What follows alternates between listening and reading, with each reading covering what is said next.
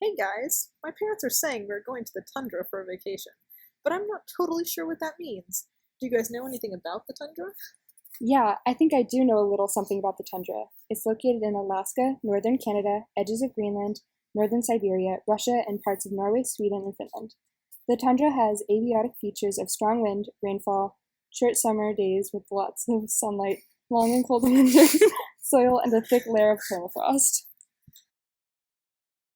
With long and cold winters, does anything live there? I'm not sure I would want to stay there all winter long. The tundra is abundant with life, including Arctic moss, which has rootlets instead of roots in order to avoid permafrost. Bearberry is a low-growing plant in order to avoid harsh winds, just like purple saffrage, prairie crocus, Arctic poppy, and Arctic willow, which all survive long winters. These flowering plants grow fuzzy coverings on stems, leaves, and buds to provide protection from the wind. Some flowers have naturally darkened their petals so that they can absorb more heat from the sun.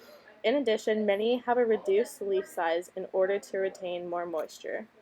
As much as I love plants, are there any animals? I know of a few. Like the caribou, who has thick skin and coat to stay warm. Musk oxen, who also have thick overcoats of shaggy long straight hair, and super cool animals like wolves that have small, rounded ears to reduce heat loss. There's also animals like the Arctic fox, whose white fur camouflages them from predators. Polar bears have a thick, oily fur coat with a layer of blubber, white fur to blend in, and hibernate in the winter. Whales and walruses alike have a thick layer of blubber. All these animals are super cool, but my parents want me to find activities for our whole family. I've done some research and here's what I found. We can go boating, climbing, hiking, biking, hunting, camping, wildlife observation, and river floating. You can also go places like the Lena River, Putarana Plateau, Wrangel Island, and the Siberian Traps. You can also visit places like Mount Denali, the Arctic Circle, Dorset Monument, and Nunavut to visit reindeer herders. Now that I know what places I should go, what time of year should my family go? Well, rainfall may vary in different regions of the Arctic. Yearly precipitation, including snow melting, is 15 to 25 centimeters. The average winter temperature is negative 34 degrees Fahrenheit, but the average summer temperature is about 37 to 54 Fahrenheit, which enables this biome to sustain life. The far north region's high latitudes have cool summer temperatures with daily averages around 40 degrees and 24 hours of daylight in June and July. The tundra region in southwest has slightly warmer daily temperatures in the low 60s and about 18 hours of daylight in May, June, and July. The summer is definitely the best time to travel to the tundra. I don't think swimsuits and tank tops are going to work. You might need a rain jacket, sweatshirt, pants, closed-toed shoes, sunglasses, long-sleeve shirt, and a sense of adventure. There's something everyone needs to know about the tundra. The tundra isn't going to be around forever. Many humans are overhunting and destroying the environment.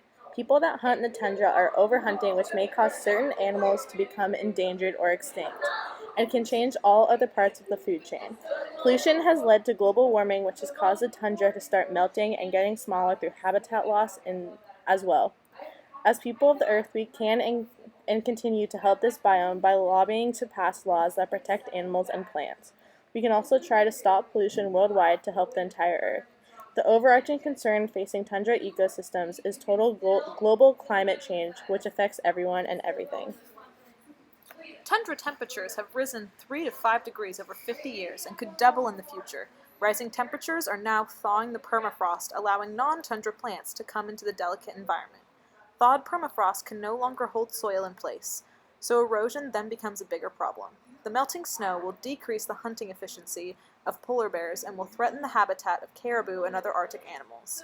The possibility of worldwide climate change because of global warming has created one of the biggest threats to the tundra wildlife.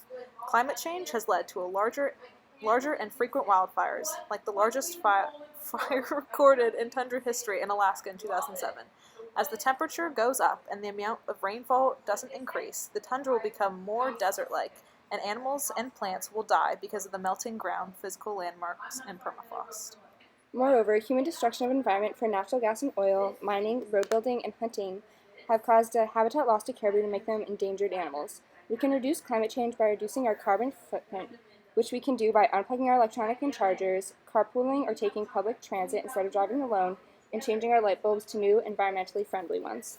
Also, some of these cute animals that we talked about before are endangered. Climate change and threats to the tundra biome have caused many species to go endangered and close to extinction, like the caribou, for example. Caribou are found in the Queen Elizabeth Islands of northern Canada and the northwestern coast of Greenland. They become endangered because of the loss of things to eat and a small diet, leading to starvation and less healthy offspring. Precipitation due to rising temperatures have caused moss and lichen, which is an important part of their winter diet, to be buried in thick layers of snow and ice in areas where there is a minimal amount. The availability of food in summer has also dropped substantially and also threatens their existence. Also, you might know that the polar bear is also on the endangered species list. The Red List of International Union for Conservation of Nature has included polar bears in the endangered animals category. They are endangered because of climate change, which is melting the snow and ice, making it unsafe and dangerous for polar bears to travel and hibernate. Along with the caribou, climate change has endangered their habitat and created a shortage of food. Their main prey is seals, who are becoming fewer in numbers due to less ice and food. One endangered animal is also one of the major keystone species, the Arctic fox, in the Tundra biome. 2 species of Arctic fox living in the tundra are at risk. One species in Russia is near extinction because of parasites spread by dogs and the foxes and their inability to fight off infection and illness. The other species of the Arctic fox is in Norway, Sweden, and Finland, and in the Kola Peninsula. These are threatened by fur hunters and overhunting. Fox is a keystone species because it is eaten by polar bears, wolves, and snowy owls. That's so crazy! I'm glad we are all more educated about the tundra. It is necessary for our environment. Exactly. The tundra plays a large role in temperature regulation of the planet. As warm air rises from the tropical zones, it's cooled in the tundra, causing it to sink back down to the equator. This causes weather and air currents. Without this system, climate as we know it would change drastically around the world.